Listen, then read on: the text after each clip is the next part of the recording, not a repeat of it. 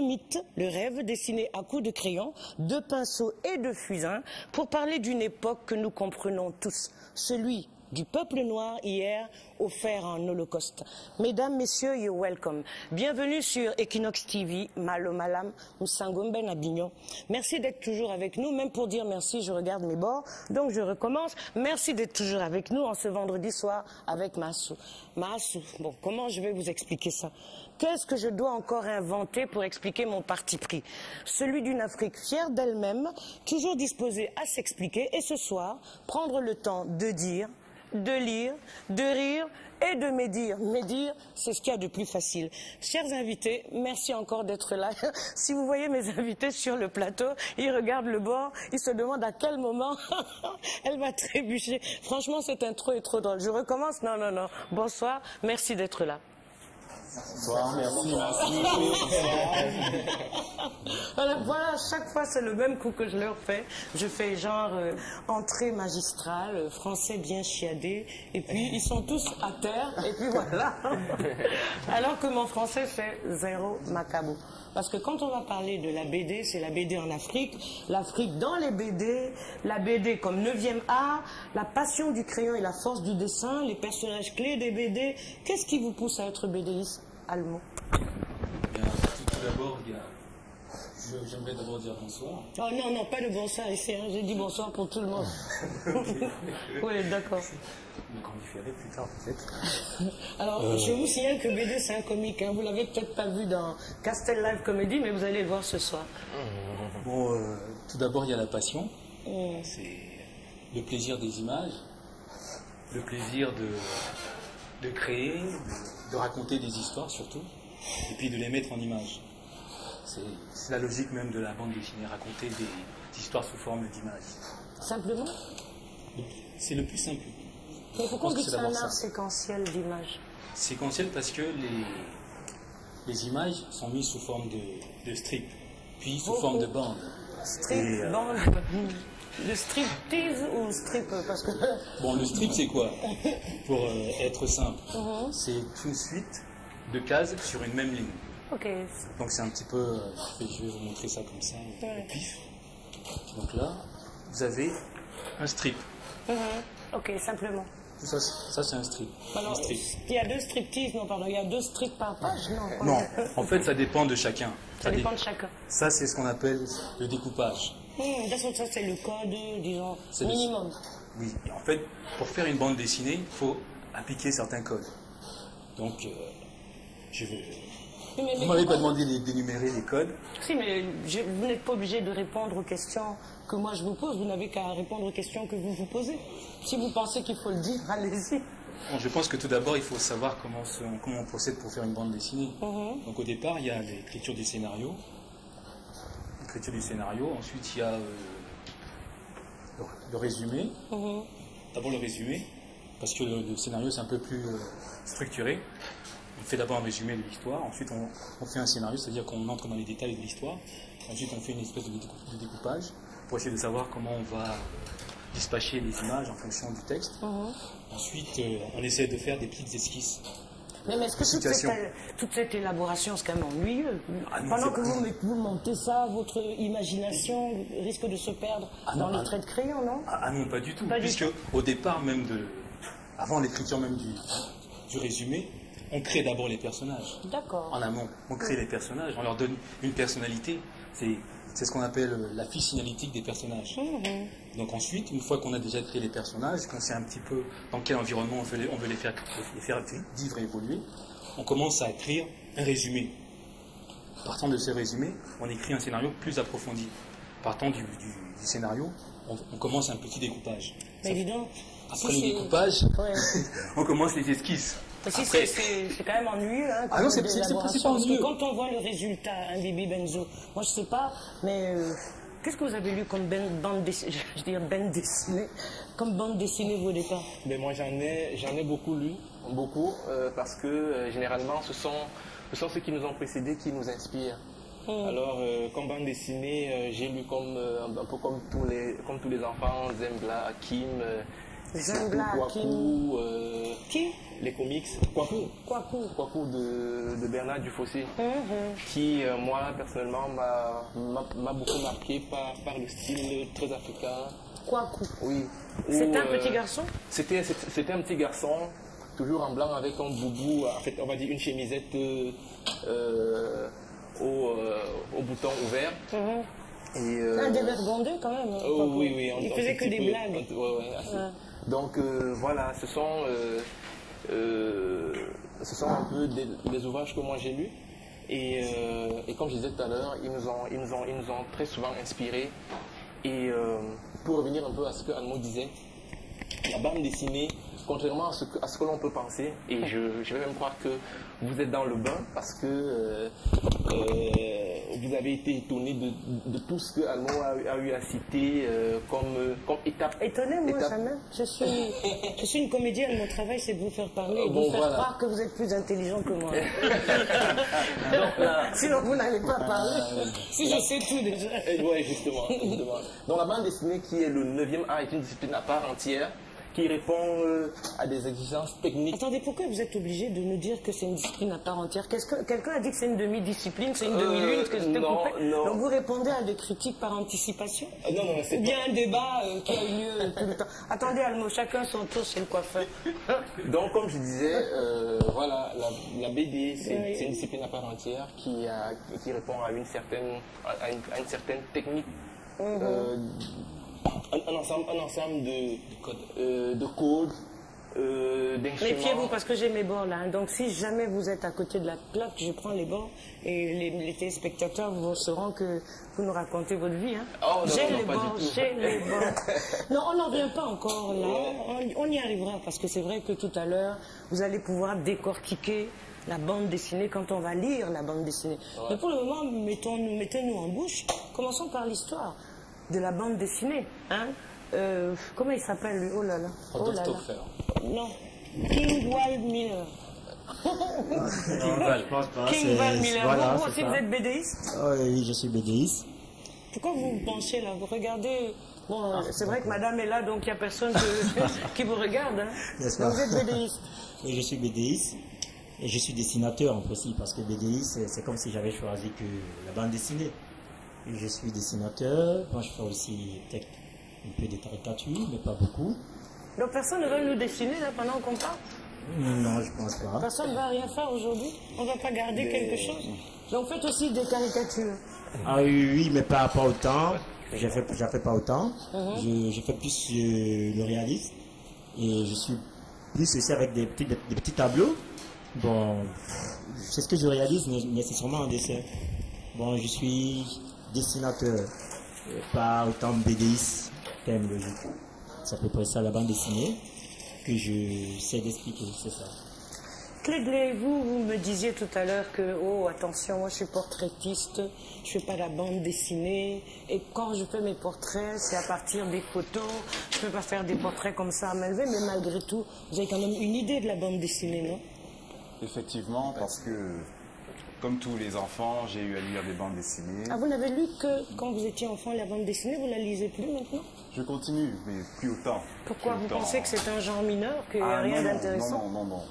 Bon, c'est-à-dire qu'il y a les obligations professionnelles, les obligations familiales, la vie active en général. Donc pour vous, la bande dessinée, c'est juste un moment de distraction, ça peut pas être un lieu d'instruction, où on apprend des choses, rien? Ça peut pas être ça? Ça peut être un lieu d'instruction, mais c'est d'abord une activité ludique. C'est d'abord ludique, hein? La distraction d'abord. Ah bon? Je vous le donne pour que vous donniez à Bibi Benzo, là, pour qu'il vous dessine un peu le portrait pendant que vous dites les bêtises sur la bande dessinée. Donc pour ça, c'est juste une distraction. Je dis personnellement, je parle de mon usage personnel de la bande dessinée, le rapport personnel que j'ai avec la bande dessinée. Attendez, il y a Bibi Benzo qui n'arrête pas de faire des signes. Attendez, donnez-moi le crayon. Mesdames et messieurs, c'est une émission interactive, vous voyez. On se passe les stylos.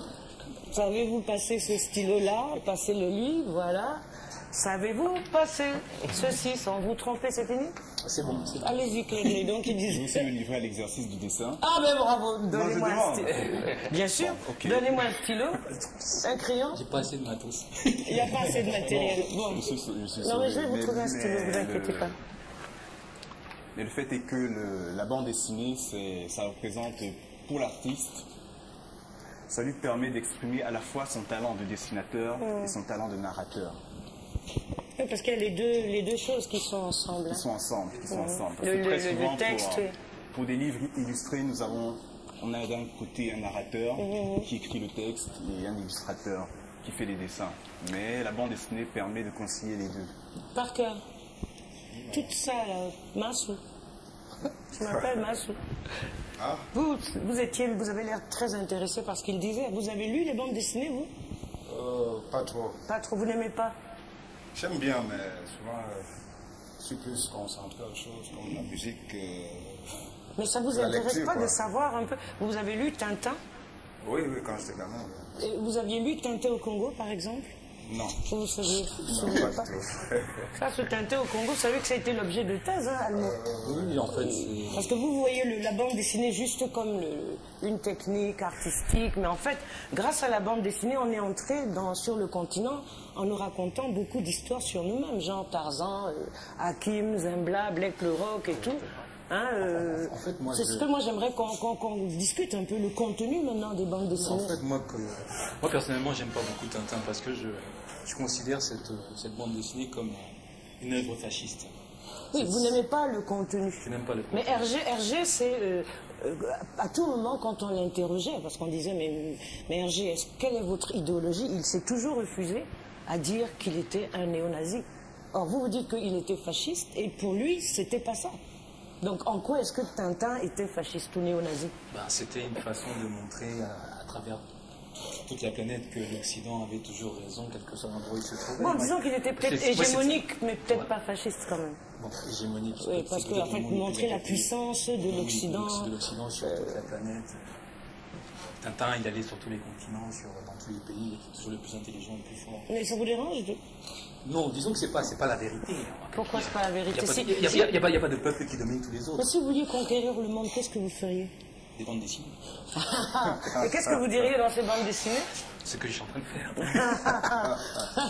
Vous êtes très drôle, vous. Ça fait rire Claire. Vous voulez parler là-bas, le Shabbat?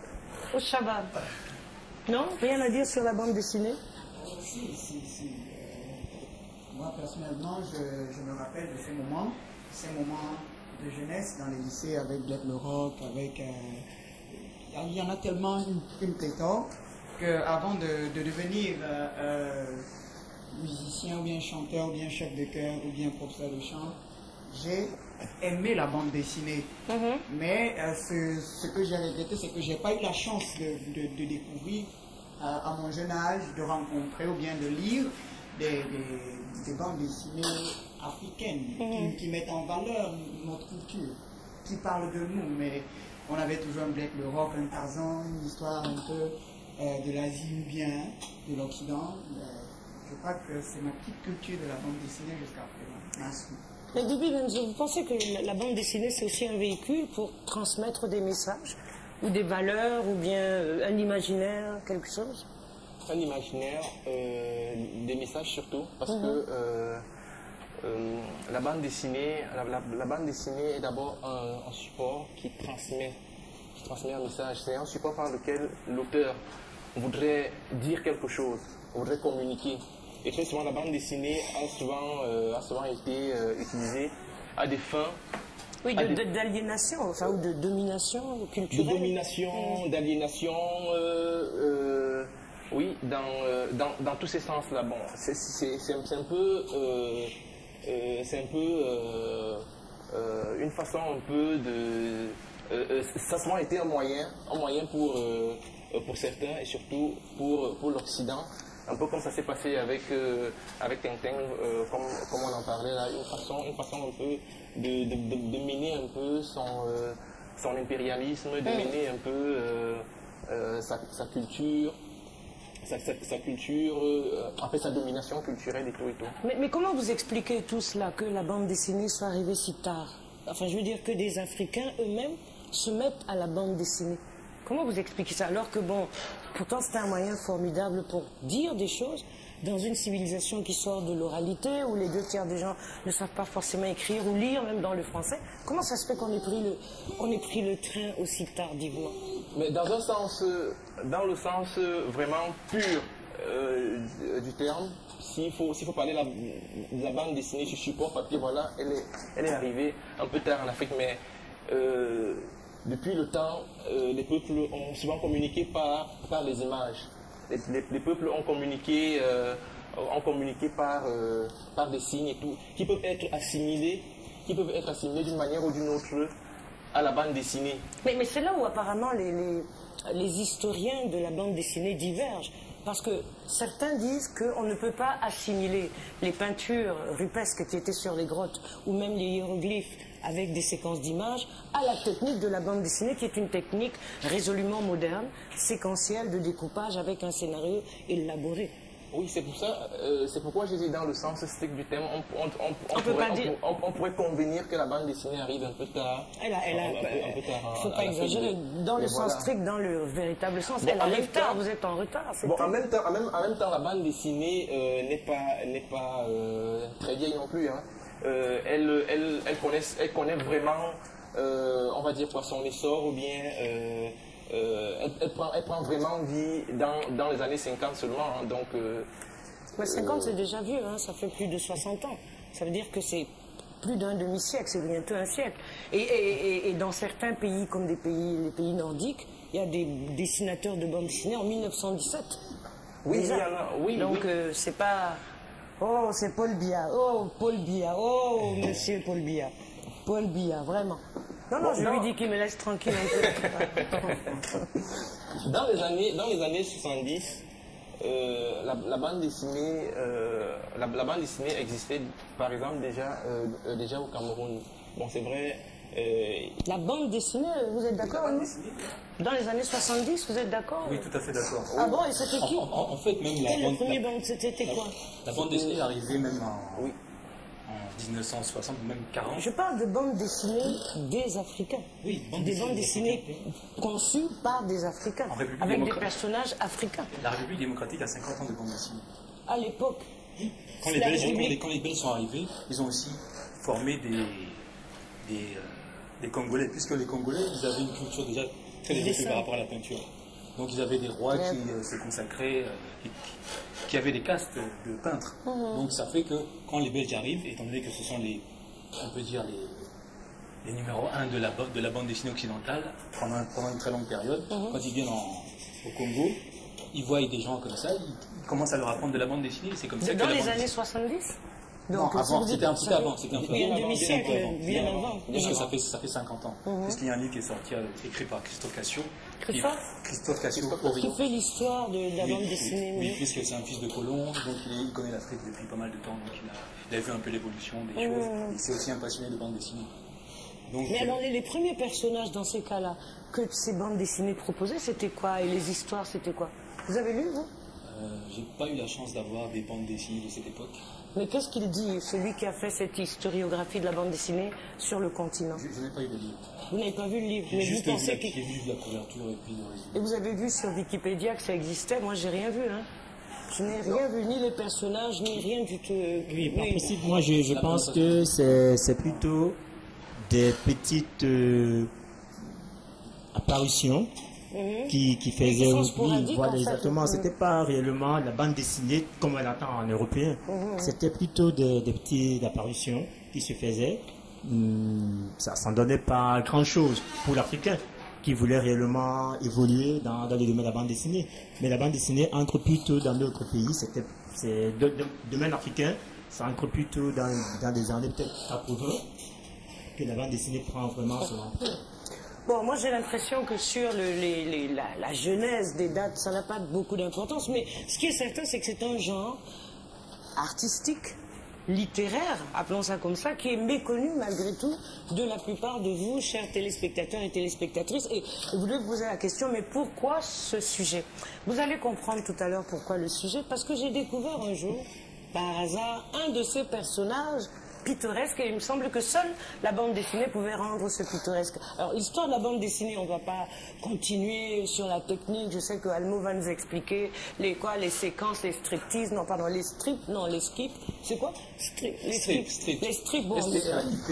Oulala, mais bon, alors, mais bon, qu'est-ce qu'ils disent? Alors, il y a strip, funny strip, comic strip, comic book, graphic model, bon bref, il y a beaucoup de une terminologie. Ne croyez pas que c'est compliqué en vérité. Tout ça, c'est la bande dessinée qui est le 9e art, qui est une façon de d'écrire une histoire, pas seulement en images, mais avec son texte. Et puis les petites bulles là, quoi ça?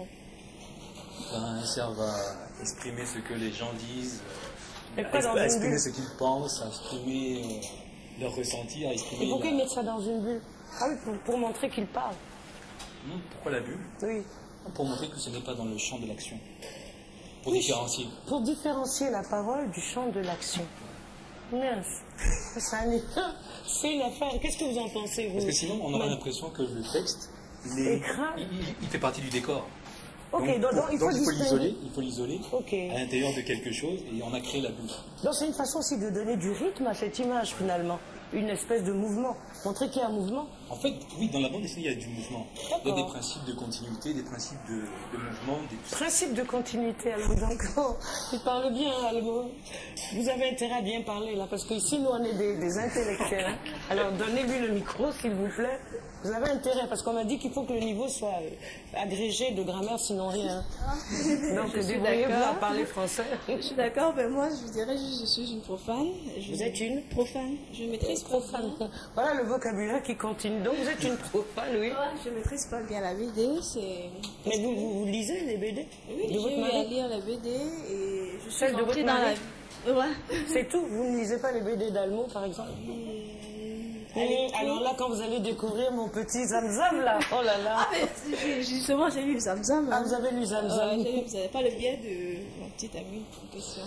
Et Bon, j'ai beaucoup kiffé. Vous aimez beaucoup ce qu'il fait? Ouais. Kiffé, alors. Vous dites profane, après kiffé, ne baissez pas le vocabulaire, s'il vous plaît. Donc restons à un niveau masse où, malgré mon cabas, je suis quand même une agrégée de grammaire. Ça, c'est sûr. Agrégée de grammaire, pas grammaire. Ok, voilà, une grammaire agrégée. Alors, Parker, oui. Tout ça, c'est du charabia pour vous, là. Pour le moment, c'est pas encore votre partie, vous êtes musicien. Non, mais quand même, bon. Pas du charabia, c'est intéressant. C'est intéressant. L'histoire de la BD, c'est une très vieille histoire, finalement, hein, dans le monde. Et c'est vrai qu'il y a eu tellement de bandes dessinées, tellement de héros, des personnages, puis beaucoup de courants aussi, hein, Clyde. Clyde? Clyde. Il y a beaucoup de courants aussi dans les... Entre fluides glacial, Astérix, Spirou, Gaston Lagaffe, Zamzam, tout ça, c'est quand même des écritures complètement différentes, non? Non? Si. Vous vous en souvenez pas? Alors, moi, il y a une chose qui m'a choquée quand même. Quand j'étais en train d'étudier ça, la façon dont les femmes entrent dans le BD, c'est par le sexe. Elles sont taillées, comme ça. Et c'est ça, les femmes qui entrent dans les BD. Non? Il n'y a pas que ça. Il n'y a pas que ça, puisqu'il y a de nombreuses années, il y a eu une certaine Bécassine. Ah, voilà, Bécassine. Bécassine, elle n'avait pas des formes non, très c'est vrai. Bon, en fait, on ne voyait pas grand-chose du tout. Oui, mais c'était deux images. Soit Bécassine, genre Bécassine, vous voyez ce que je veux dire? Soit la starlette. Soit Betty Boop. Voilà, c'est un peu gênant, non, quand même, parce que alors que les personnages masculins sont extrêmement caractéristiques, c'est-à-dire c'est vraiment des personnages de BD, c'est-à-dire ils sont assez... Gaston Lagaffe est très particulier, Astérix est particulier, ils sont même sympathiques. Pourquoi est-ce que oui, il y a cette espèce de domination machiste dans le trait de crayon des hommes sur les femmes? Je ne suis pas tout à fait d'accord avec ça. Je pense que... Alors, exprimez-vous, monsieur l'accusé. Je pense que les hommes dessinent les hommes de la même manière qu'ils dessinent les femmes. Non, pas d'accord. Prenez le cas d'Astérix. Prenez le cas d'Astérix. Voilà, Astérix, voilà. La chérie d'Astérix, comment elle s'appelle, son éternel fiancé, là? Justement, il y en a. Mais justement, il en a une. Il en a une. On lui en a trouvé une dans le dernier film d'Astérix, là, avec Depardieu. On lui a trouvé une Dans le film, mais pas dans la BD. pas dans la BD. Pas dans la BD. Il n'a pas de fiancé. Il n'a jamais eu de fiancé. Pourquoi? Et Obélix. Peut-être qu'il était un peu... Astérix? Non, Astérix, c'est le petit. C'est Obélix qui a... Voilà, c'est Obélix. Lui, il est dingue de Falbala. Falbala. Et c'est vrai que Falbala, elle est... Ah ouais, elle est forte, extraordinaire. Elle est bien moulée. Mais quand vous regardez la femme de l'assurance Tourix. Oui. Non. Oui, l'assurance Tourix, oui. Si, Assurance Tourix, le chef. Le chef, c'est Assurance Tourix. Oui. Assurance Tourix. Elle est ronde. Bien ronde. Elle est bien ronde, elle est joliment ronde, quoi.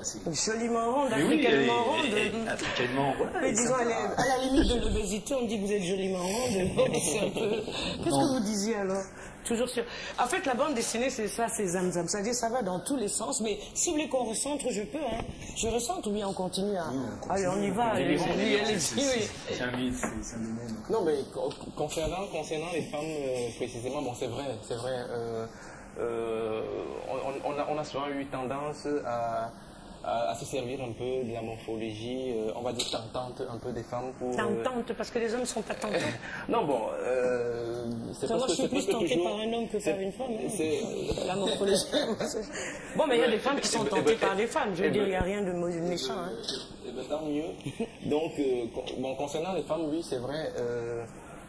très souvent dans les BD, on retrouve toujours, on retrouve souvent des bombes, on va dire quoi, des bombes sexuelles et tout.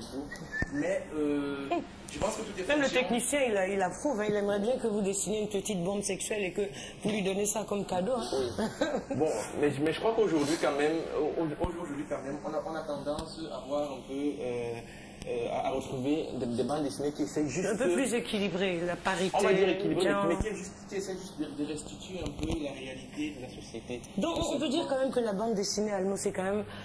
quoi qu'on dise, c'est vrai, il y a le cas de Tintin, d'Astérix, de Spirou, de Marsupilami, mais la plupart des bandes dessinées quand même reflètent les rapports sociaux de leur époque.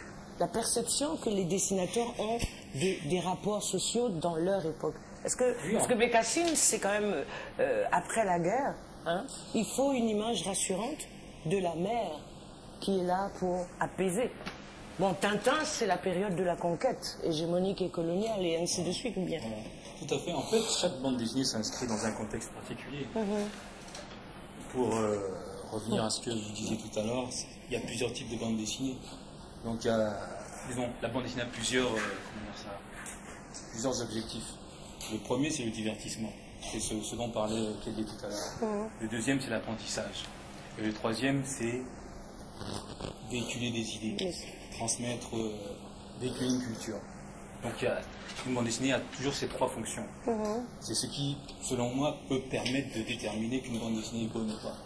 C'est-à-dire, est-ce que c'est les trois fonctions cumulatives ou bien ça peut être l'une ou l'autre? Bon, la meilleure, c'est celle... La meilleure, c'est celle qui a les trois. Les trois. Et maintenant, en fonction de l'usage que l'on veut en faire, par exemple, si on veut parler du sida, comme c'était le cas dans 100% Jeune où j'ai fait pas mal de temps, le but de l'opération, c'était de transmettre des messages de sensibilisation. Donc, c'était l'apprentissage. En utilisant, disons, que c'est cette technique, finalement, à la fois visuelle, le texte, et puis en même temps l'image. Et l'image, tout en étant très soft, en divertissant en même temps.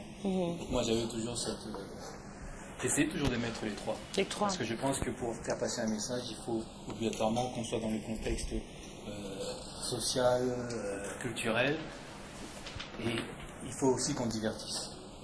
Qu'est-ce qu'il en est Kingwall Miller, du niveau de langue maintenant? La langue que vous utilisez, vous, dans vos bandes dessinées, c'est quelle langue exactement? J'utilise plus le français. Oui. Vous utilisez quel français? Parce qu'il y a tellement de français. J'utilise tous les français qui existent, hein, que ce soit courant, que ce soit un français extraordinaire, que ce soit un français. Quand j'utilise le français, et souvent ça dépend aussi du travail qu'on a fait, ça dépend de l'édition, ça dépend peut-être de l'œuvre que tu dois représenter. Est-ce qu'il n'y a pas un petit décalage à utiliser le français si on veut contextualiser? Mettons que, on prend des personnages populaires en Afrique et vous leur mettez un français, donc celui par exemple que l'on parle, ça fait un peu décalé, non? Vous ne pensez pas? Est-ce que vous n'inventez pas une nouvelle langue à l'usage de la bande dessinée. Oui, exactement. C'est pourquoi je dis ça dépend de l'histoire aussi, de ce que l'histoire raconte. Si peut-être l'histoire raconte d'une fille, peut-être qui est pauvre, peut-être qui n'a pas été à l'école, il faut que le français soit au niveau de la fille, pour que le lecteur ne se perde pas, que le lecteur sente qu'il est en train de lire. Oui, mais est-ce que, justement, alors, quand vous contextualisez la langue, il peut y avoir un risque. En faisant parler, comme elle dit, je kiffe pas ce que tu dis, je kiffe pas, je comprends pas. Bon, est-ce que il n'y a pas un risque de figer la langue et puis la fonction éducative, finalement? Oui, c'est vrai. Ne dites pas oui, c'est vrai tout le temps. En Vous tout avez le cas, droit de dire non, c'est pas vrai. Non, c'est quand quelque chose est vrai, il faut le dire. Oui. Puisque ça peut le faire. Mais tout dépend aussi de l'éditeur, parce qu'il y a certains éditeurs que je rencontre qui me disent que peut-être j'aimerais que le langage soit un peu plus haut. Plus relevé, d'accord. Bon, écoutez, on va essayer de faire une petite pause en musique. Music is music. Parce que eux, comme ils n'ont rien dit depuis tout à l'heure, j'ai peur qu'ils s'ennuient, parce que là, ce soir, c'est la bande dessinée. Tout à l'heure, on va parler d'un petit personnage, de plusieurs personnages. C'est-à-dire, on va rentrer dans vos histoires, vous allez nous raconter vos histoires dans le détail pour qu'on ouvre les oreilles et qu'on essaie de garder un souvenir précieux de vos histoires. Je vais faire une petite démonstration de flûte pygmée. Flûte pygmée. Oh, c'est pas une surprise ici chez Mas, on a vu, on a déjà tout vu. Hein. Flûte pygmée, flûte japonaise, flûte chinoise, on a déjà tout vu. Ok.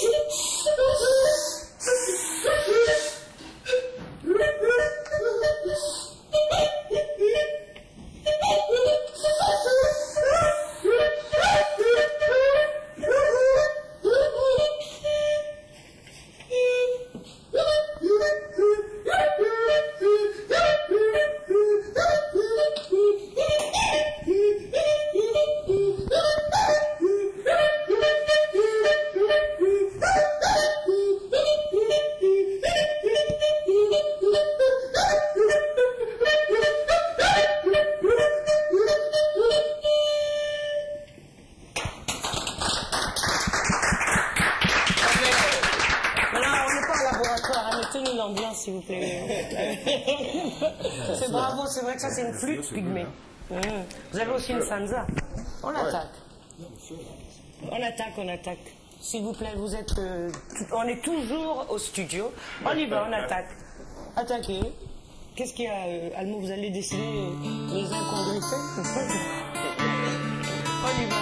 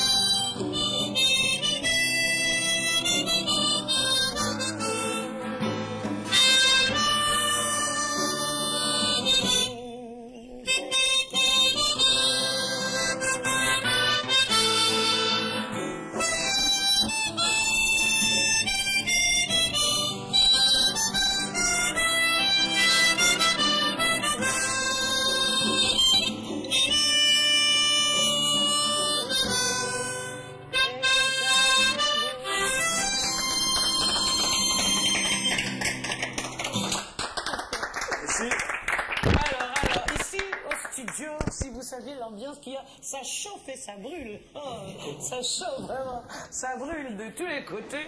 Mais nous sommes toujours en direct d'Equinox TV et Don't Worry Be Happy. Donc la bande dessinée, comme on disait, a une très longue histoire. 50 ans d'histoire en Afrique, dont le Congo détient la palme, et quelques vingtaines d'années au Cameroun.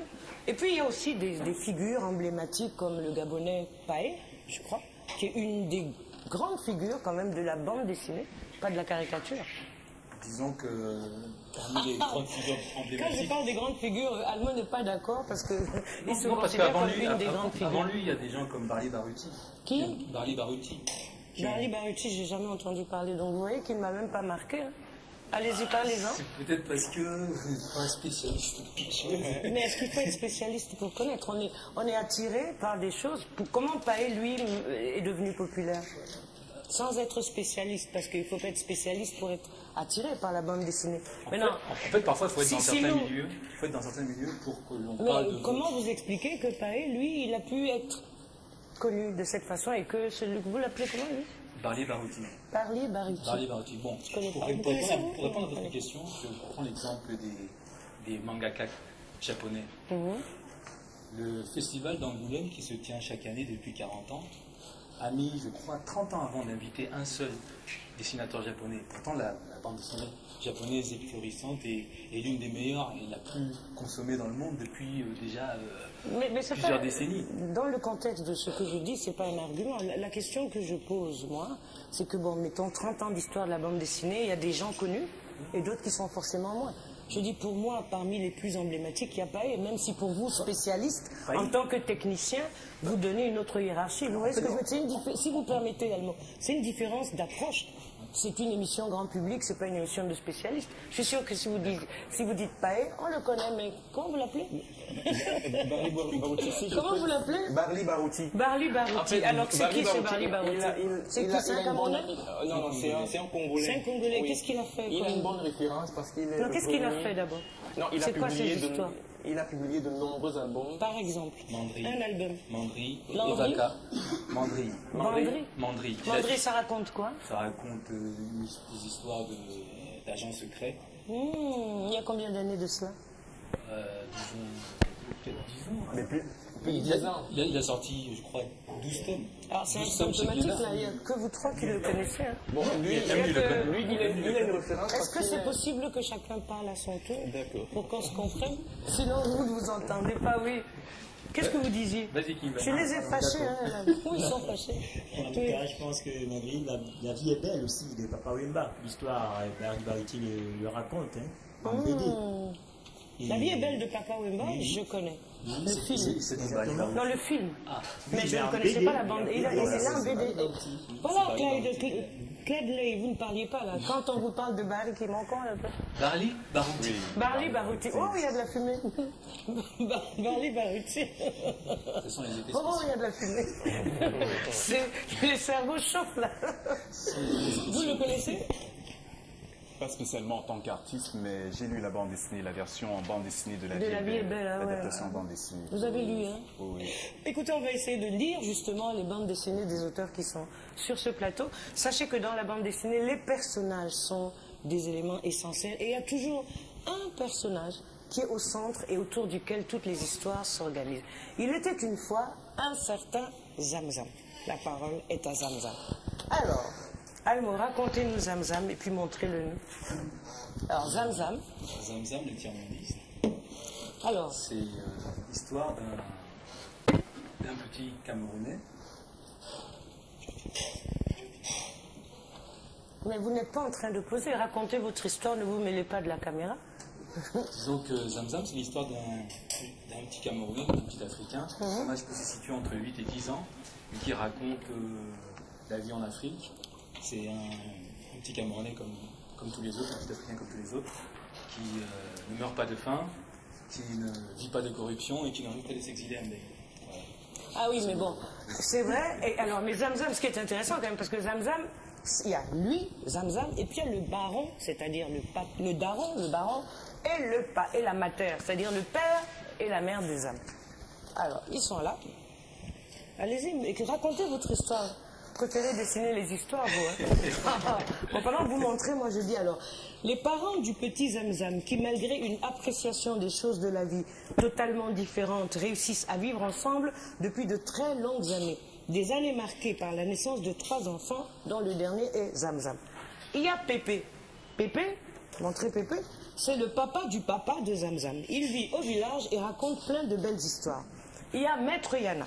C'est le maître d'école diplômé S-Sciences de la faculté de chicotologie. On ne badine pas avec lui, il faut bien se tenir en classe, c'est Maître Yana. Et puis il y a Tata Alphonsine qui vit en Beng avec un blanc. On dit qu'elle est en haut car elle la ramène toujours plein de choses pour tout le monde. Et puis il y a Cousin Black, la terreur. Puis il y a Antou, la grande sœur qui vit chez Tonton Gentil. Et puis il y a les quotas de Zamzam, ça ne peut pas manquer. Il y a Albin, son pote albinos. Dieudonné, fils de commerçant. Et ces quotas-là, Ousmane et Ibrahim, les jumeaux. Il y a sportif, aime tous les sports. Et puis il y a Punk, le fils de boss. Voilà.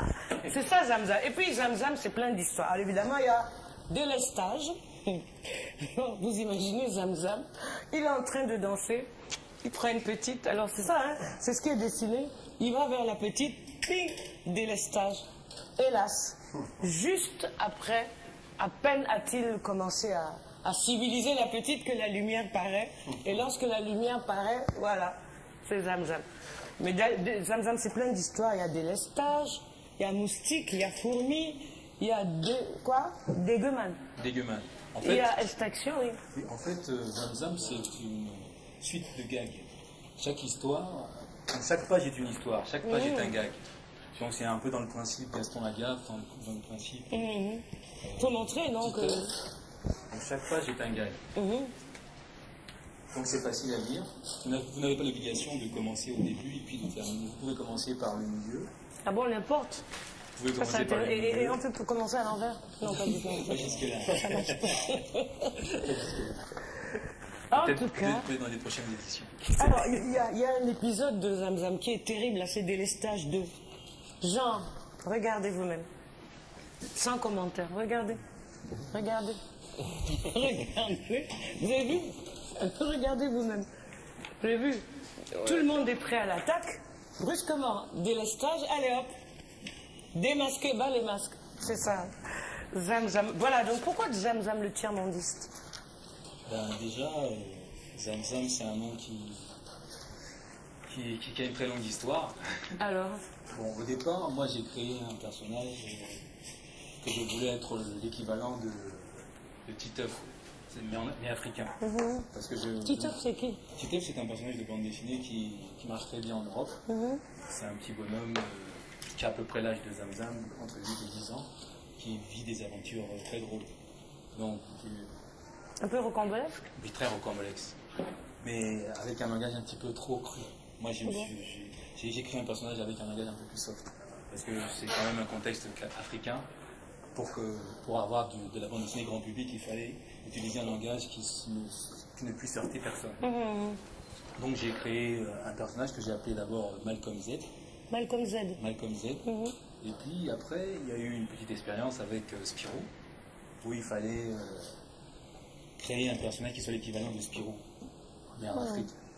D'accord, on a fait des propositions, Bibi était là, tout le monde a fait ses propositions de personnages, et puis Zamzam a été retenu. Mais donc c'est comme ça qu'il était né? Mais il ne s'appelait pas Zamzam. Il s'appelait comment alors? Il s'appelait toujours Malcolm Z. Malcolm Z. Et puis ensuite, on a cherché des noms.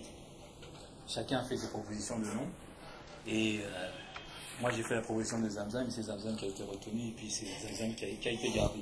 Et pourquoi il a un gros nez, Zamzam, comme ça? Donc, pourquoi il a un gros nez? En fait, il n'a pas un gros nez. Ah bon, c'est un petit nez? Il a un petit nez, il a une grosse bouche. Ah bon, dis donc, c'est sa bouche qui est grosse. Hein. Ouais. Ça, c'est l'effet de la bande dessinée.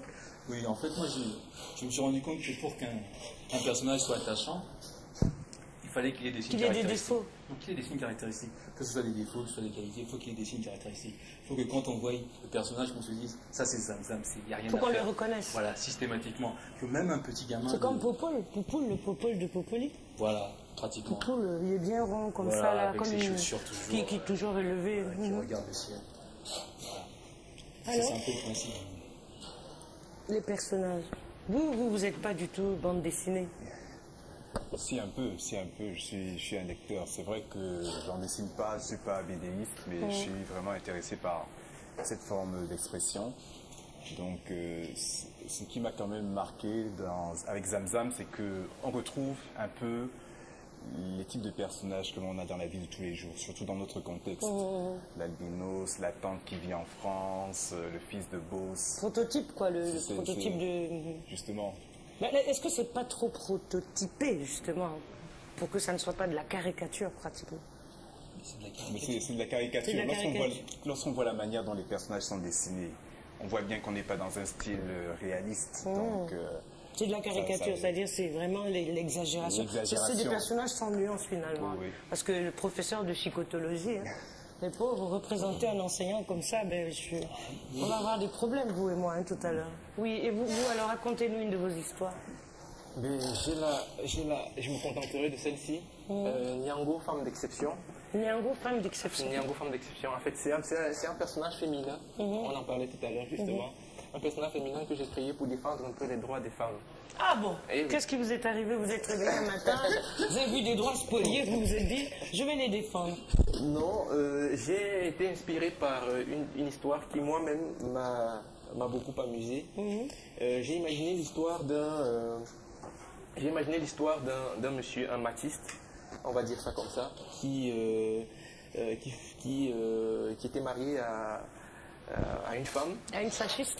On va dire ça comme ça. Et qui lui faisait subir un peu toutes les maltraitances du monde dans son foyer. Alors le monsieur qui est vraiment un peu à l'exemple les deux tiers des hommes? Oui, en fait, non. 99,19%. Ouais, voilà, il travaille dans une société et tout. Alors, la société dans laquelle il travaille se trouve Nyango, justement, qui est une amie de la femme maltraitée.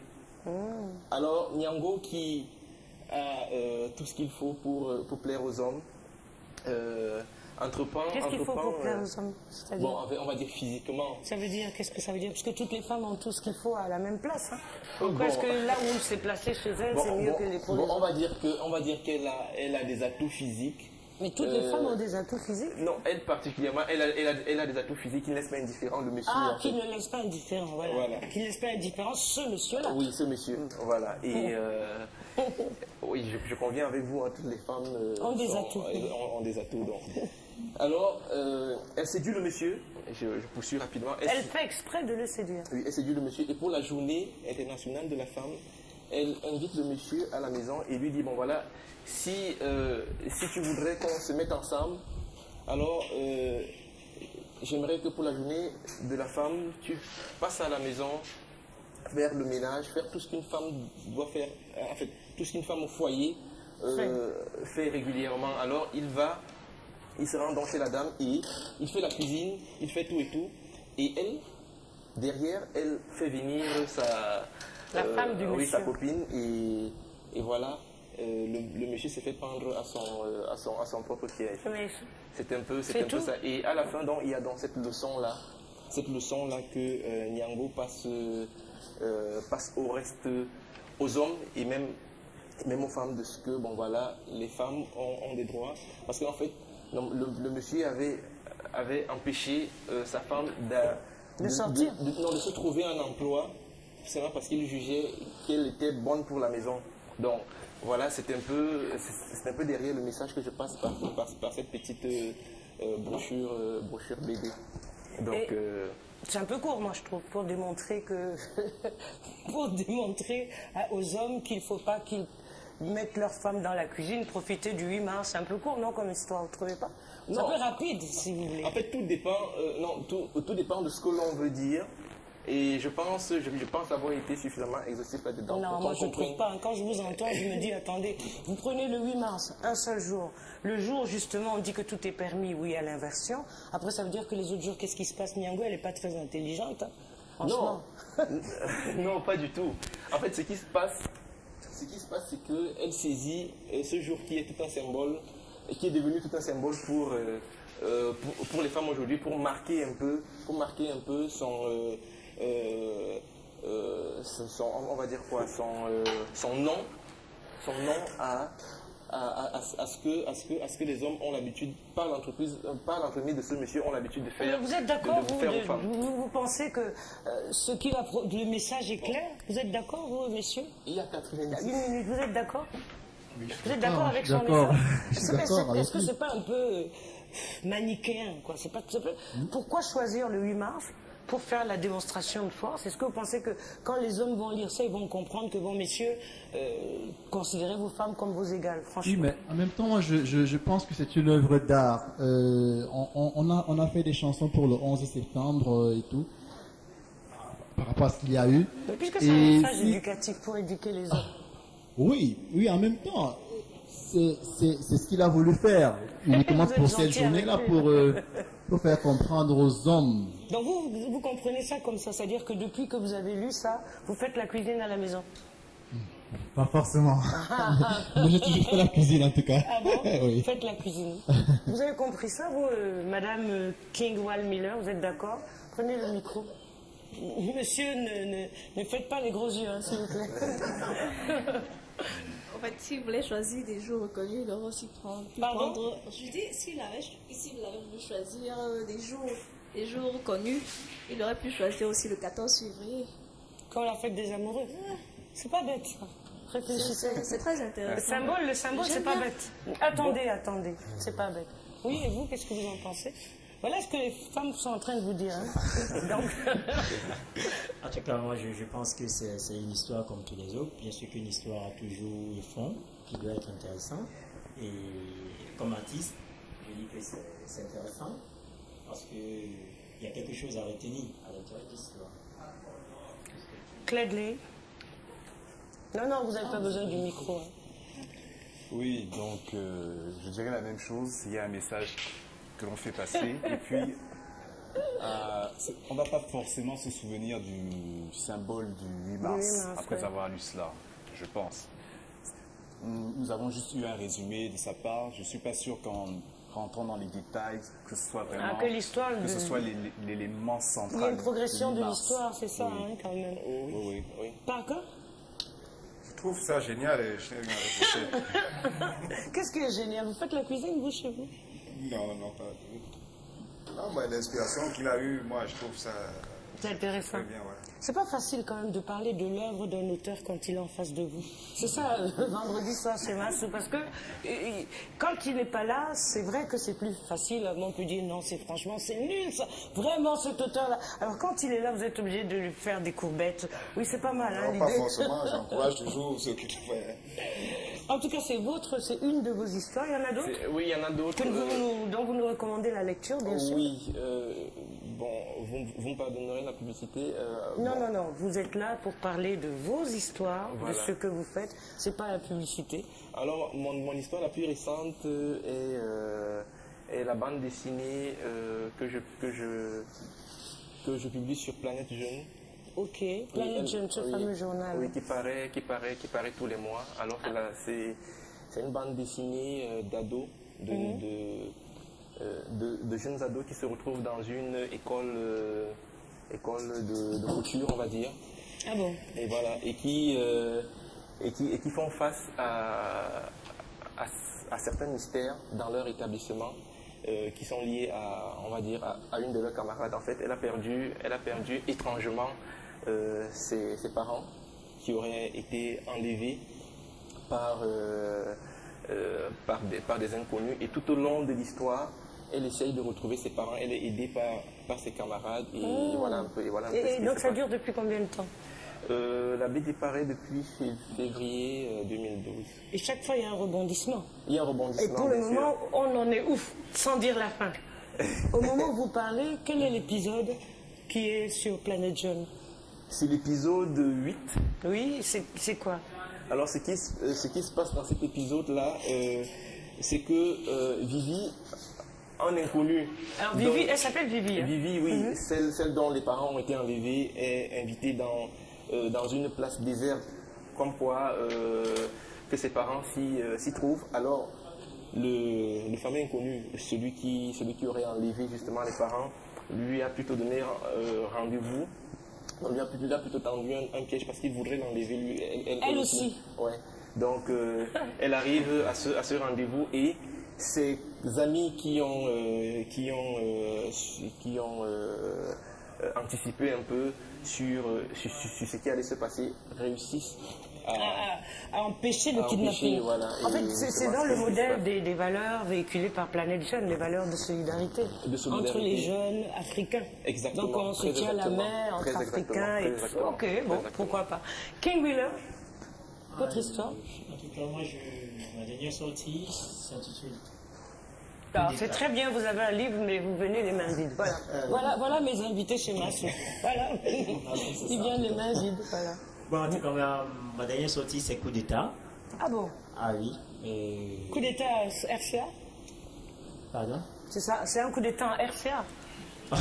Non, coup d'État, bon, en tout cas, c'est une fiction. C'est un coup d'État au Cameroun. Attention, attention. S'il vous plaît, nous sommes en compagnie de... Allez-y, King Wal Miller. Bon, c'est une fiction. Donc, il y a déjà eu de coup d'État au Cameroun, de toute façon. Il y a eu un coup d'État en 6 avril 1984. 84. C'est jeune, là. 6 avril 1984. On va revenir sur le coup d'État. Donc, ce n'est pas tout à fait une fiction, puisqu'il a eu lieu. Il y a déjà eu. Mais bon, pour moi, c'est une fiction. Non, mais il a eu lieu, de toute façon, le coup d'État. Un coup d'État. Bon, je reviens que pour moi, quand même, c'est une fiction. Non, non, mais on ne vous accuse de rien. Sans souci. Il ne s'agit pas de ce coup d'État-là. C'est pour ça que c'est une fiction. Bon, coup d'État, c'est une histoire... Non, c'est parce quand il dit que c'est une fiction en s'agissant du Cameroun, c'est pas tout à fait exact, puisqu'il y a eu une histoire. Mais maintenant, tout dépend, il faudrait qu'on lise l'histoire. Alors, quels sont les protagonistes? Bon, l'histoire elle-même, c'est plutôt une femme qui pourra avoir une vision que le chef d'État actuel sera... En tout cas, il y aura eu un coup d'État contre lui. Et le chef d'État, cela fait peut-être 11 ans.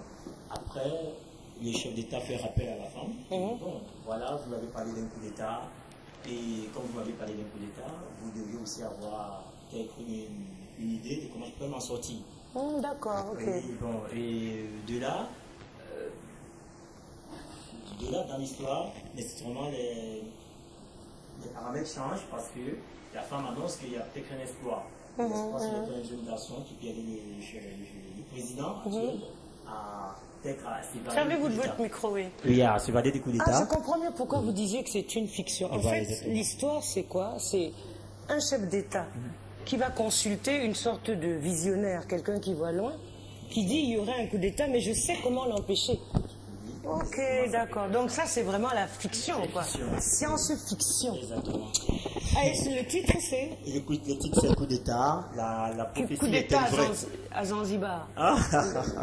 La prophétie est-elle vraie? Non, vous êtes au sérieux, voilà. Oui, bon, ça commence quand même un peu dur. Faites-le, c'est sérieux, là. Le niveau monte, hein. Il y a le niveau, là. Parker, how do you think? Le niveau monte vraiment. Vous parlez anglais, non? Pidgin, pas. Pidgin. You don't speak, you don't talk assez. C'est cassé. Don't speak English, ouais. Ok, oui. Donc le niveau monte là. Est-ce que ces histoires vous intéressent? Parce que si ça vous intéresse pas, hein, ça veut dire que même les téléspectateurs, ça les intéresse même pas un peu. Non, ça vous intéresse de parler de bandes dessinées, de toutes ces histoires à dormir debout? Ouais, bien ça vous sûr endort pas un peu? Non, pas du tout, ça ne nous endort pas. Au contraire, ça fait... Parce qu'ils sont à côté de vous, vous avez peur qu'on vous donne un coup de poing, si ça vous ennuie. Voilà, comment viennent finalement, c'est difficile, hein. Je ne vais pas dire comment viennent les inspirations, vous avez vu qu'il y a vraiment des approches totalement différentes finalement. Hein. Il y a Zamzam ici, il y a, comment je vais l'appeler, il y a Vivi, c'est Vivi, il y a aussi Vivi, il y a Nyango et Vivi, et puis il y a Coup d'État à Rififi, non c'est pas Coup d'État à Rififi, c'est Coup d'État quoi. Bref, en fait chacun a une approche, mais est-ce que vous avez tous la même technique? Je ne parle pas de la technique, je ne parle pas du dessin, je ne parle pas des couleurs, je parle pas, mais je parle du cadre réglementaire. C'est là où il faut maintenant nous parler des codes. Comment vous faites entrer l'histoire du Nyango? Dans des petits carrés, dans des bulles, dans des grandes surfaces? C'est comment? Comment ça se présente, Nyango? Nyango... Peut-être nous voir comment elle se présente. Nyango est assez, dans sa réalisation, est assez classique, on va dire ça. Et les bulles, oh là là, c'est plein. Hein. Oh là là là là, le texte est plein. Non, bon, c'est beaucoup, hein. Bon, pas tant que ça. Oh là là là là là là là là. Pas tant que ça. C'est plein, dites la vérité à l'eau, moi. Jérôme Akama. Disons que ça, c'est ce qu'on appelle la old school, quoi. C'est la old school. Puisqu'à l'époque des Tintins, c'était un peu comme ça. Donc vous voulez dire que lui, c'est un ancien succès? Non, ça dépend de chacun. Chacun est libre d'aller vers le style qui lui plaît. Si quelqu'un trouve que c'est dans un style un peu old school, et puis en fait il a un petit peu mélangé parce qu'il a un style un petit peu aussi manga. Il y a un découpage manga, mais il y a de plein dans les bulles. Vous enseignez la bande dessinée, vous? Pas encore. Ok, donc vous avez vu que c'est quand même... Moi personnellement, je trouve intéressant. Mais le personnage de Zamzam, je pense qu'il faut qu'on le mette en film animé. Parce que on a besoin de ça, non? Tout à fait. Il y a trop de dessins animés le matin. C'est magnifique, tous les dessins animés du matin. Mais c'est vrai que si Zamzam venait se glisser là, comme ça ne nous fera pas trop de mal. Hein. Bon, appel à candidature, c'est un producteur. nous serons ravis de le trouver avec nous. Encore quelques mots sur la bande dessinée avant qu'on passe à la musique. Et puis, au moment le plus dur de l'émission, là où vous êtes libre de parler de ce que vous voulez, je ne parle plus, je me tais. Encore un mot sur la bande dessinée. Juste pour tirer un coup de chapeau BDiste. Non, alors là, l'émission n'est pas terminée, pas de coup de chapeau. Hein. On leur tire un coup de chapeau et qu'est-ce qu'ils ont fait? Parler des thèmes qu'ils développent en fait. Quand il parle d'un coup d'État, quand il fait Zamzam, il nous refait revivre les délestages et tout. Je crois que c'est ça la BD camerounaise, africaine. Parce que nous avons tous lu Black le Rock, Tarzan. C'était vraiment de la fiction et rien ne ressemblait vraiment à l'Afrique dans tout cela. Mais là, on a Zamzam qui nous relate ce que nous vivons au quotidien. Il y a coup d'État. Oui, qui on ne le souhaite pas. Mais bon, c'est ça l'artiste aussi. Il faut parler des choses à venir, des choses passées, mais il faut prendre ça au sérieux, moi je crois. Et c'est les gens encouragés. Merci. Bon, je ne sais pas s'il faut les encourager, mais ça fait partie de l'histoire quotidienne, l'histoire culturelle. La bande dessinée africaine est en mouvement, elle a plus d'un demi-siècle. Il y a de grands auteurs, moi je retiens Paé, je sais qu'ils vont me dire comment il s'appelle. Comment il s'appelle? Barli Barotti. Barli Barotti. Bon, il y a Barli Barotti qui a repris en bande dessinée La vie est belle, ce magnifique et joyeux film signé Dieudonné Gwanzoura avec Papa Wemba dans le rôle principal. Vous vous rappelez de ce film magnifique? Alors apparemment, j'imagine la bande dessinée que votre Barli Baroudi. La bande dessinée de Barli Baroudi, je suppose qu'elle était flamboyante, chatoyante, avec des femmes pleines de rondeur, non? Une bande dessinée gaie, pleine de couleurs, je me trompe? Oui, des femmes africaines. Pleines de rondeur. En tout cas, la vie est belle. La vie est belle ce soir aussi avec nous. Je restais toujours sur Equinox TV. Je propose un temps d'arrêt avec mes musiciens. Alors, c'est pas que à la guitare. Maître Massouma n'a pas encore chanté. Et puis, Gustave Ntamak aux percussions. On y va. Vous êtes habitués à chanter ensemble ou bien? Non. Chacun chante pour lui. Qui commence alors? Vous chantez? Allez-y. Un petit temps de pause là pour qu'on se repose.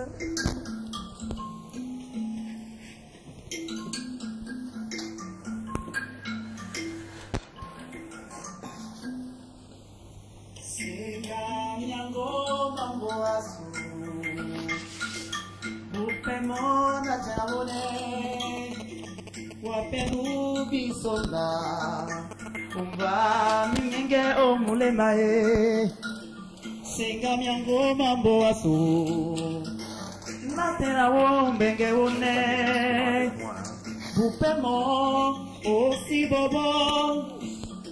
Beso munyenge, ongwaso munyenge, isona wa munyenge, tumate munyenge ba, ayo munyenge, obate munyenge, boate munyenge, omowasu munyenge, natena moa masu munyenge. Merci beaucoup. ben dis donc, Massou, c'est une sorcière à carrière, regarde. Une véritable sorcière. En fait, on sent que Bibi est vraiment fâchée. Voilà. Oh là là là là là. Ça, c'est Massou. Ça, c'est par cœur. Par cœur. Voilà, c'est tout doux. Oh là là. En fait, on va y revenir parce qu'il y a des personnages. Alors, ça, c'est qui? Ça, c'est le caméra. Lequel? Pierre, alors là, pardon. Tchana, voici, voilà Tchana. Ça, c'est Tchana.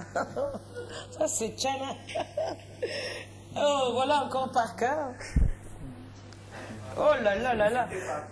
Et ça, c'est Miss Miss Nyanga. Ah là là là là là là. Bon, tu aurais pu me dessiner, vous auriez pu me dessiner parce que Bibi Benzo, là, il a civilisé Massou. Ça m'apprendra à ne pas être gentil. Ok, qu'est-ce qui vous fait rire en général? Dans vos bandes dessinées, vous mettez un peu d'humour? Presque toujours, particulièrement dans la caricature. Oui. Oui, puisque l'humour fait un peu, c'est un peu, on va dire quoi, le prolongement. Un ingrédient. Un ingrédient nécessaire à la caricature. Et à la bande dessinée aussi? Non, pas forcément. Non, pas forcément. Mais est-ce que vous êtes plutôt dans le registre, disons, humoristique de la bande dessinée ou dans le registre sérieux? Dans les deux, parce que, en fait, moi, je suis caricaturiste. Au départ, vous êtes caricaturiste. Je suis caricaturiste et illustrateur. Et illustrateur aussi. On va dire, parallèlement, infographiste aussi. Bon, si vous cherchez des infographes. Ok, une chanson et puis vous allez vous présenter. Bon, l'émission va bientôt se terminer. Vous allez être portraitiste, vous allez parler de votre métier, etc., etc. Et on en finit.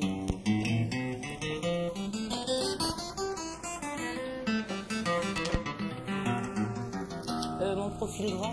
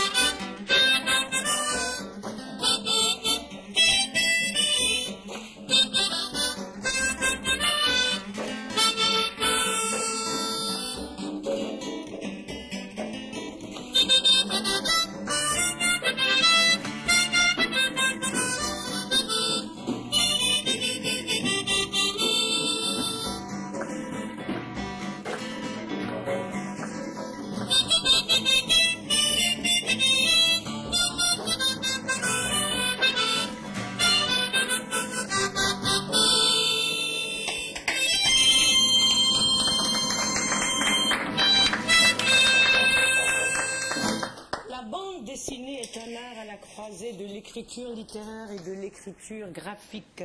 C'est la vision de l'inventeur de la bande dessinée, Rodolphe Töpfer. Et il dit que c'est un petit livre qui est d'une nature mixte, qui se compose de dessins autographiés au trait. Chacun des dessins est accompagné d'une ou de 2 lignes de texte. La bande dessinée vient en Afrique à travers Zimbla, comment vous l'appelez, Black le Rock, c'est ça? Black le Rock. Hakim, en tout cas quelque chose qui montre notre culture à l'envers selon la vision ethno-figée de l'Europe et de l'Occident. Et puis vient dans les années 50, m'a-t-on appris ici, les dessinateurs congolais qui sont mis à l'école des Belges, qui semble-t-il étaient les maîtres du monde de la bande dessinée avec Hergé et son fameux Tintin, qui ont laissé toute une civilisation du dessin et de la bande dessinée. Et puis le Cameroun entre dans la danse. Je n'ose plus donner de nom de ceux qui sont les plus grands, mais en tout cas ce soir j'ai reçu, et je suis toujours en train de recevoir 3 de nos dessinateurs. Ils sont jeunes, ils ont largement moins de 40 ans et ils ont chacun leur propre approche avec des dessins, des traits différents. Il y a donc Bibi Benzo qui lui, c'est, appelons-le lui aujourd'hui le moraliste, hein, parce que c'est lui qui dit-il veut sauver la cause des femmes, rappelons-nous Eyinga. Et puis il y a son petit personnage Bibi qui vit dans Planète Jeune et puis ses parents ont été kidnappés. Toute la bande des jeunes en Afrique vont aller à l'assaut. Et puis il y a Monsieur Zamzam qui est un chef des ordres qui s'appelle Almo. Son personnage lui ressemble, c'est un personnage très pittoresque qui vous raconte tout. Le délestage, les fourmis, les moustiques, et puis toute sa vie de petit garçon vu à travers ses lunettes. Et puis il y a le politologue ici qui s'appelle King Wall Miller qui fait une bande dessinée de fiction. Alors coup d'état prophétique ou pas prophétique, mais en tout cas plusieurs personnages sont là, c'est magnifique. Les livres sont à votre disposition où vous voulez, quand vous voulez. Massou, c'est le vendredi soir pour que vous offriez, parce que c'est le temps des étrennes, autant de livres que vous voulez. Zamzam, ça coûte combien? 4000. Rien que 4000. Coup de 500, coup d'état c'est 500. Coup d'état c'est 500, qui dit mieux? Non, Nyango. Nyango, ça coûte tout simplement 100 francs. Hein. Nyango, c'est 100 francs. Bon, alors, quand même, reconnaissez que Zamzam, c'est quand même un livre. C'est vrai, le reste aussi. Bon, je ne veux pas vanter Zamzam, mais bon, en tout cas, il y en a pour toutes les bourses, il y en a pour toutes les cultures, il y en a pour tous les goûts. Et puis voilà, c'est la bande dessinée. Maintenant, mes invités vont parler enfin d'eux-mêmes. Ils vont dire tout le mal qu'ils pensent de l'émission, de ce qui a failli nous arriver tout à l'heure, de tout. Et puis, avant ça, ça fait rire les techniciens, parce que si vous saviez ce qu'on a vécu ici, c'est très drôle, mais on a une maîtrise parfaite. Mais quand même, il y a Cledley qui va nous parler de son métier. Lui, il est portraitiste. Il a refusé que je dise qu'il est BDiste. Cledley. Oui, je suis effectivement dessinateur portraitiste, puisqu'il faut savoir qu'à la base, le portrait regroupe plusieurs disciplines. Il y a le portrait dessiné, le portrait photographique, le portrait sculpté. Donc, vous êtes portrait télévisé? Dessiné. Dessiné. Et ma technique de prédilection, c'est le dessin au crayon. Ok. Dessin au crayon que je réalise à partir de photos. Généralement, je préfère prendre personnellement la photographie.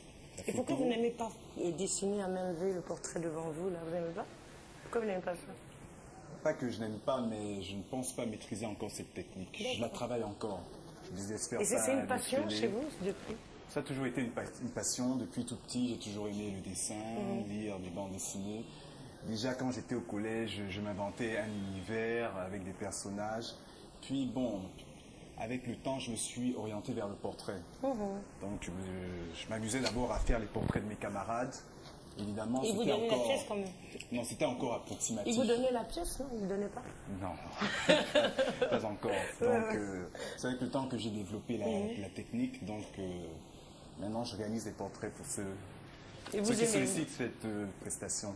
Donc, vous voulez dire que si je veux que vous me fassiez mon portrait, que vous me tiriez le portrait, vous êtes disposé à partir d'une photo, c'est ça? Oui, je préfère cette méthode plutôt que de vous imposer de rester sans bouger pendant 1 heure et demie. Mais donc ça veut dire que vous pouvez faire du portrait en fait presque imaginaire aussi, c'est-à-dire à partir des traits, et puis vous faites des blancs, des bleus, des jaunes, des couleurs, des aplats, tout ça, ça fait des personnages aussi, non? Si vous poussez un peu plus loin le trait, vous créez des personnages à partir de personnages réels, en utilisant les aplats, le noircissement quelque part, non? En fait, il faut voir que dans le dessin du portrait, il y a 2 dimensions. Il y a la dimension purement réaliste, c'est-à-dire chercher à reproduire oui, au et ce que maximum vous avez en face de ce vous. qu'on a en face de nous. Maintenant, il y a la sensibilité du dessinateur. Qui peut modifier, par exemple, comme ici. Oui, ça peut modifier le dessin.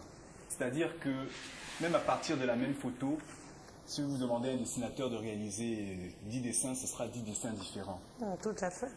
Donc, et ce qui est intéressant justement dans ce que vous m'avez donné, c'est plusieurs traits.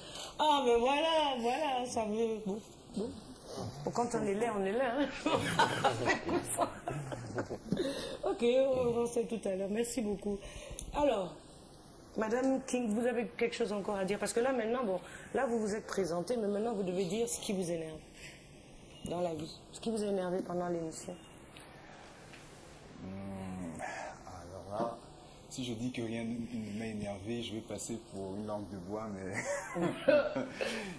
j'ai beaucoup apprécié. Rien ne vous a énervé encore? Bon, pas encore. Pas encore. Okay. Donc préparez-vous à être énervé. Je souhaite que ça continue ainsi. Donc préparez-vous à être énervé.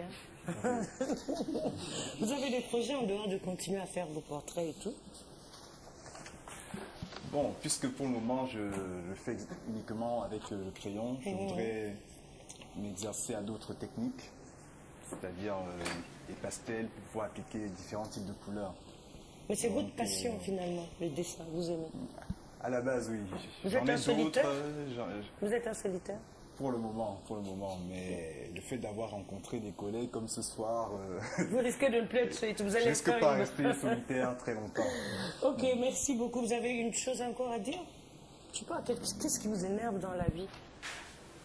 Qu'est-ce qui vous a énervé dans l'actualité politique camerounaise, par exemple? Il va trouver quelque chose. Je préfère ne pas parler de l'actualité politique, mais je pense qu'il y a un réel problème avec la consommation de cigarettes. Ah, ça, vous êtes bien tombé parce que moi, je fume. Oui, bon, en fait, c'est vrai que chacun est libre, mais ce que je voudrais dire, c'est que, vu les dégâts que cela peut causer sur la santé, j'aimerais que ceux qui fument sachent qu'ils n'ont pas à mettre la santé des autres en danger. Ah, bah attends, justement, une cigarette, s'il vous plaît. Je voulais vraiment m'en fumer une. Non. Ok, c'est tout ce que vous vouliez dire. C'est tout. Alors moi, ça m'énerve, hein. Franchement, les gens qui interdisent aux autres de les enfumer, c'est pas très drôle. Alors, et vous? Qu'est-ce qui vous a énervé? Enfin, présentez-vous, parce qu'on ne vous a pas beaucoup entendu, vous avez chanté, mais vous n'avez rien dit finalement. Vous n'avez donc rien à dire? Non, en fait, je ne suis pas spécialiste de la bande dessinée. Je suis musicien. Et ce qui me plaît ce soir particulièrement, c'est que, en fait, l'art est le même. L'art a les mêmes principes. C'est-à-dire qu'on peut choisir d'être un artiste pour faire l'art pour l'art, c'est-à-dire l'art pour plaire, ou bien pour décrier, ou bien pour dénoncer. Et je me rends compte que sur ce plateau, on a tout. On a toute forme d'engagement artistique. Et mon rêve, ce serait de voir plutôt une profusion, une multiplicité de BD africaines. Parce qu'on a beaucoup de choses à dire. On en a tellement. Allez avec votre micro et puis moi, par exemple, regardez votre petite au quartier. par exemple, j'ai commencé dans la musique par le chant choral, tel que cela est imposé généralement. Vous apprenez les Kyrie et les sons, telle chose de Mozart. Un petit essai là, Kyrie et bon, on peut vous demander de faire Kyrie les sons. On avait des voix. Oh là, ça c'est mieux que ce que vous avez fait tout à l'heure. Mais là, c'est pas nous, quoi. Vous voyez? Alors, et nous, c'est quoi? Ça donne quoi? Nous, c'est les fruits pimés. Ça donne quoi? Ça donne quoi? Ça peut donner quelque chose de ahololo iyo munaloba bukingi nyawase iyo ahololo iyo bai ahololo iyo munaloba bukingi nyawase nyamene elao. Par exemple, là c'est nous et je pense que dans chaque artiste africain, nous sommes à une époque, c'est de donner et de recevoir, mais c'est de le dire. Et, ça c'est pas de vous cette phrase. Hein. Oui. Bon, faut citer, c'est classique. Ça ne saurait être de moi. Et puis, moi, je pense que le choix que j'ai fait actuellement que ce soit à travers le Chorus Singers que vous connaissez très bien, c'est de mettre en valeur ce que nous avons, qui est inexploité. Nous avons tellement de choses. J'aimerais voir un Zamzam avec des choris autour du bras et tout. Et puis quoi encore, avec des pots de banane sur le cache-cesse. Oui, mais qui prouve de temps en temps que j'apprends du professeur spécialiste en chicotologie. La chicotologie. Malgré que je sois en paille, il y en a un peu là-bas. Ah bon, ok, vous avez quelque chose d'autre à dire là, parce que c'est votre dernier mot, hein, parce qu'après je coupe moi. Ouais, qu'est-ce qui vous a énervé pendant l'émission? Oh, rien du tout, sauf que j'ai pris peur un peu, parce que... Qu'est-ce qui s'est passé? Mais bon, je crois qu'avec, en dehors de cela, ce qui m'énerve encore, c'est que l'Afrique continue de subir d'elle-même. Quand on regarde la politique internationale, on regarde ce qui se passe tout juste à côté chez nous en Centrafrique. Mais vous n'avez qu'à aller vous battre à côté de Bozizé, hein?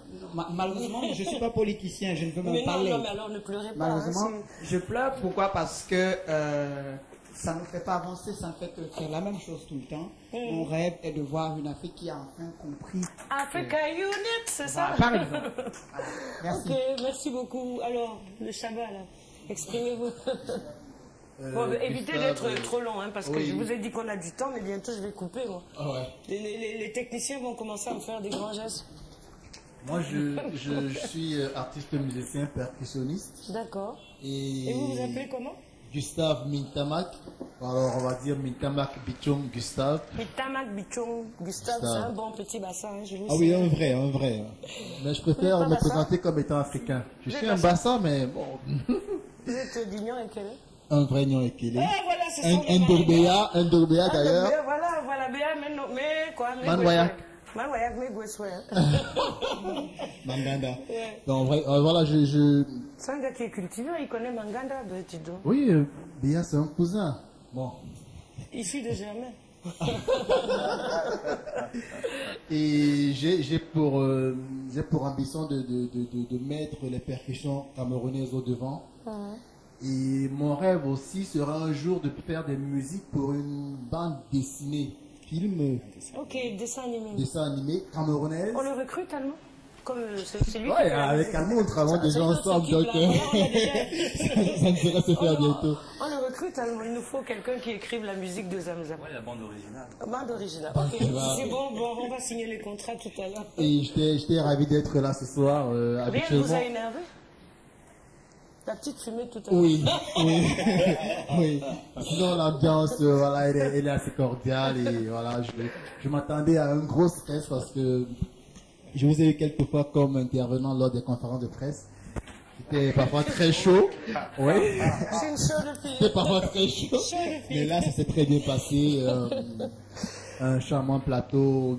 Des beaux invités. Oh, ben dis donc, bravo, merci beaucoup. Merci en tout cas d'avoir été là au pied levé, il faut dire ça. Parker Fodo, merci aussi. Alors, monsieur, présentez-vous. Vous êtes guitariste, vous êtes musicien? Exact, je suis guitariste, chanteur et spécialiste du one-man show. C'est-à-dire? Je joue habituellement seul. Tous les instruments? Ouais, ça veut dire que je suis bassiste aussi. Je joue à la flûte comme l'harmonica et fait le même niveau sur la guitare comme sur la guitare basse. Et vous jouez où alors? Ça fait 7 ans au moins que j'ai joué chez Tonton Samy. À l'époque, oui. Ouais. Ok, je me rappelle de vous maintenant. C'est vrai que j'ai arrêté, ça fait 1 an que je ne joue plus du tout. Je travaille plus à la maison pour mes compositions. Pour vous-même? Ouais.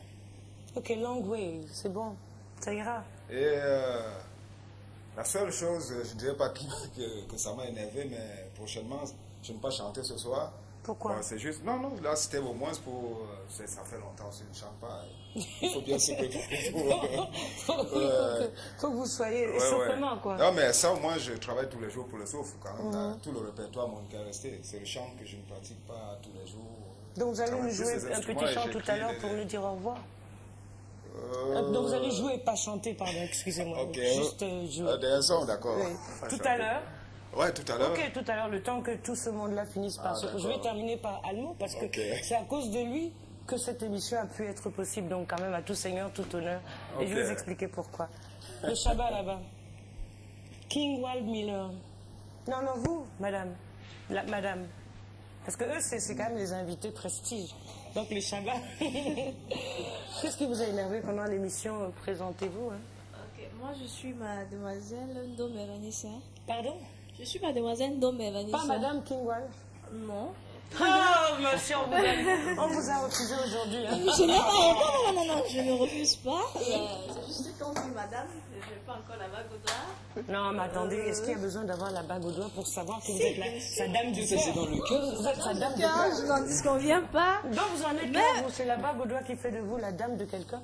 Imaginez que vous ayez la bague au doigt et puis que derrière il y a 4 bureaux. Comment vous allez faire? Non, là ce sont les bureaux justement. Oui, mais moi je suis madame. Oui, mais ça vous donne quoi? Vous avez un homme qui est partagé par 4 personnes et finalement vous n'avez que la bague pour vous? C'est tout ce que vous voulez? Non, pas du tout. Ah bon, d'accord. Donc vous êtes pas sa dame du de tout, cœur, mais quand même. je préfère ne pas employer ce thème parce que ma famille à la maison peut se dire. Non, mais votre famille, elle devrait plutôt se dire que vous êtes sa dame de cœur, c'est important. La bague au doigt, vous en rêvez encore?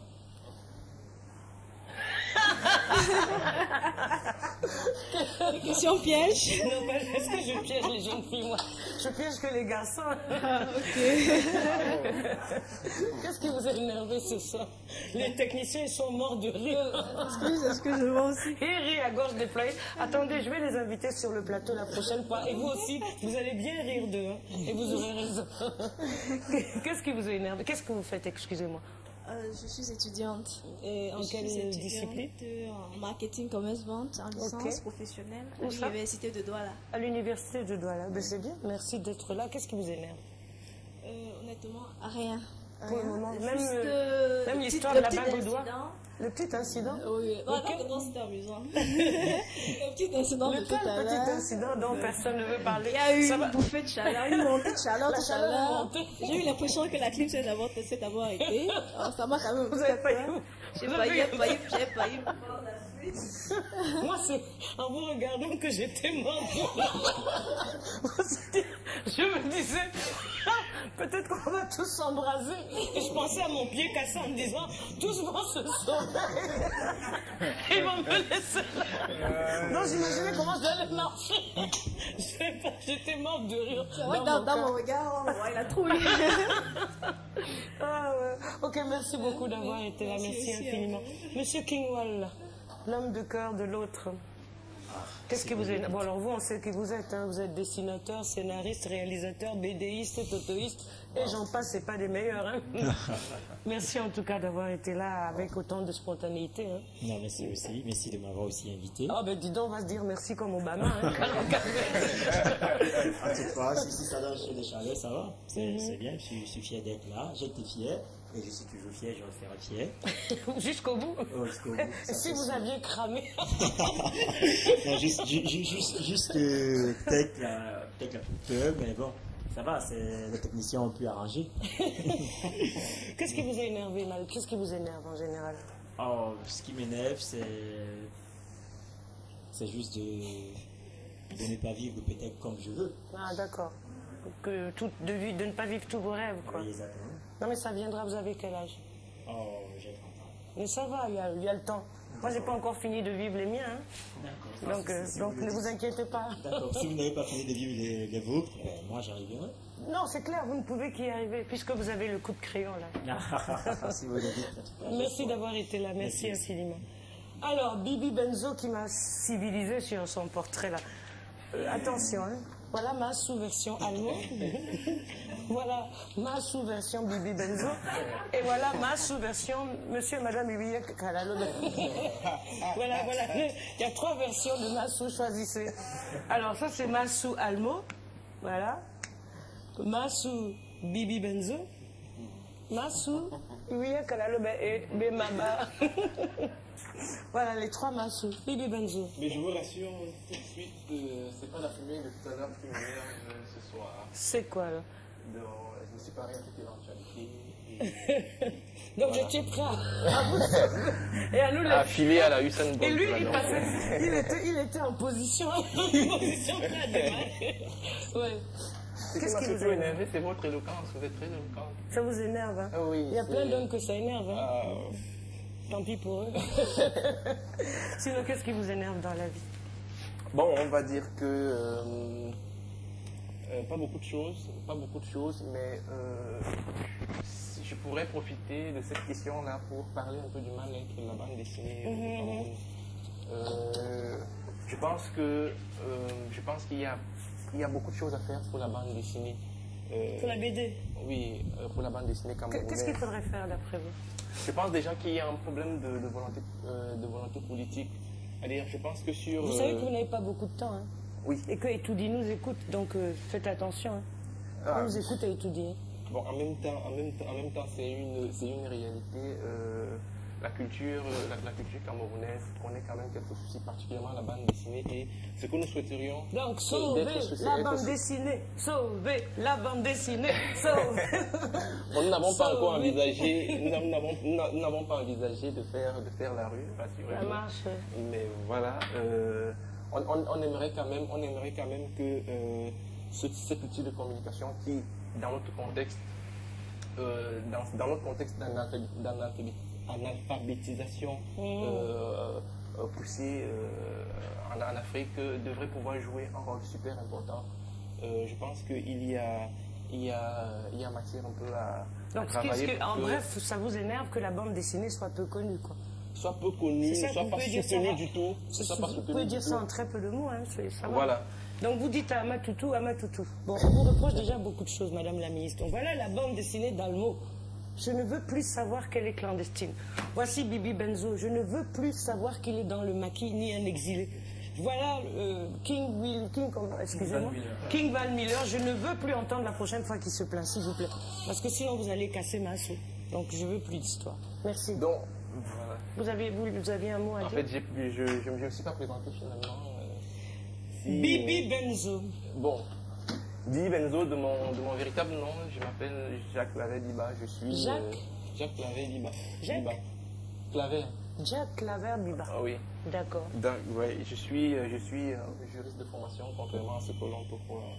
Comme j'ai dit tout à l'heure, je suis BDiste, illustrateur, caricaturiste et surtout aujourd'hui infographiste. Je suis directeur artistique dans une agence locale.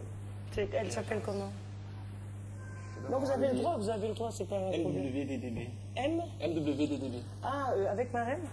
Ouais. C'est ça? Ouais. Marème Malon, ouais. MW. Ouais. J'aime bien cette agence. Pourquoi pas? On peut parler d'une agence. Hein. Ça ne mange pas de pain, vous ne m'avez pas payé, rien du tout. Donc vous travaillez avec MW. En fait, c'est une agence qui... C'est eux qui travaillent avec MTN, c'est ça? Ouais. C'est ça, qui font le... J'aime bien leur approche, justement, parce que ils ont mis de l'Afrique dans leur façon de nous approcher. Et je veux dire que c'est eux les premiers, non, pour la téléphonie mobile, qui ont mis des jeunes filles comme celle qu'il y a derrière, là, et tout ça, et avec une espèce de tonicité. C'est vous, c'est ça?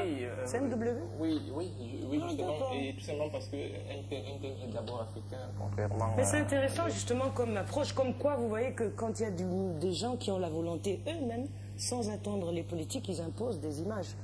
La preuve, c'est que vous êtes là dans une configuration esthétique totalement africaine, mais franchement contemporaine et très moderne. Il n'y a pas eu besoin de Paul Biya pour ça. Hein. Oui, mais allô, merci en tout cas d'avoir été là et d'avoir réagi avec beaucoup de spontanéité. Merci beaucoup. Je rappelle que tous mes invités, je les ai appelés hier, avant-hier maximum, donc vraiment, certains même aujourd'hui, je les remercie infiniment. Almo, pour finir? Ah, il n'a pas encore parlé, non? Si, non, lui, il s'est présenté, mais il n'a pas dit ce qui l'énervait. Sauf s'il y a encore autre chose à dire. Encore une chose à dire, oui, vous? J'ai déjà dit ce qui m'énervait. Bon, ça va, donc on n'y revient plus. On a même failli se fâcher. Mais non, vous et moi, oui. Almo, qu'est-ce qui vous énerve? Parce qu'alors là, lui, là, c'est fini, on recommence l'émission. Qu'est-ce qui vous a énervé? Dans l'émission, rien ne m'a énervé. Mais dans la vie, plein de choses. Non. Je ne sais pas vraiment par où commencer. Vous savez, allez vite parce qu'ils veulent déjà envoyer le générique, ces messieurs-là. Ok. Je prends les choses avec philosophie.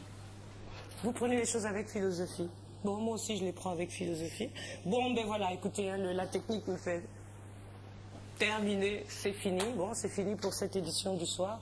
Vous étiez avec Almo, Parker, Kingwall Miller, avec Gustave Mintamak, avec Maître Massoma, avec Cledley, avec Mademoiselle Demey, etc. Bref, vous étiez avec nous ce soir. Et puis ce petit personnage Zamzam, je vous conseille de le lire, vous le trouvez. Musique, s'il vous plaît, pour terminer, vite. Je vous dis au revoir et rediffusion dimanche matin, c'est à 9h. On y va, Parker. On y va, et tant pis pour les musiciens qui sont jaloux parce que nous sommes sur le plateau.